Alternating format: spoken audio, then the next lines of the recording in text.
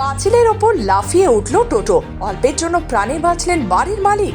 ঘটনায় গুরুতর আহত হয়েছেন দুজন। সোমবার দুপুরে চাঞ্চল্যকর ঘটনাটি ঘটেছে বালুরঘাটের নারায়ণপুর এলাকায়। পুলিশ ও স্থানীয় সূত্রে খবর অনুযায়ী বাস স্ট্যান্ডের দিক থেকে আসছিল টোটোটি। শহরের নারায়ণপুর এলাকায় একটি 4 চাকার গাড়ি ধাক্কা মারতে নিয়ন্ত্রণ হারায় টোটো। তারপর একটি মোটর বাইকের ধাক্কা মেরে রাস্তার পাশের এক বাড়ির পাঁচিলের ওপর উঠে যায়। ঘটনাকে ঘিরে তুমুল উত্তেজনা ছড়ায় এলাকায়। যদিও বাড়ি মালিকের দাবি অল্পের জন্য তারা প্রাণে বেঁচেছেন।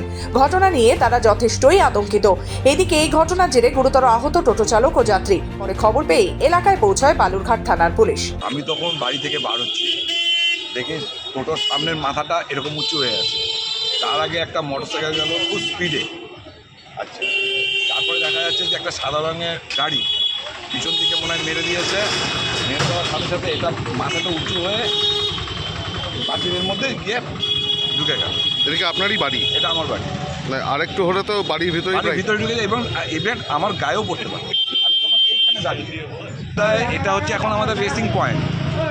এখানে কে কত রেসে গাড়ি চালাতে পারে, সে মোটরসাইকেল হোক আর সে বাস হোক, এটা হচ্ছে রেসিং পয়েন্ট হয়ে গেছে। প্লাস ওইদিকে যে রাস্তাটা আছে ওটাও এখন রেসিং পয়েন্ট।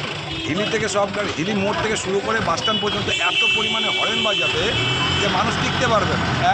দুই নাম্বার মানে কে কত স্পিডে গাড়ি চালাতে পারবে, এটা হচ্ছে রেসিং পয়েন্ট হয়ে গেছে। বালুরঘাট থেকে নিজস্ব প্রতিনিধি রিপোর্ট, খবর বাংলা।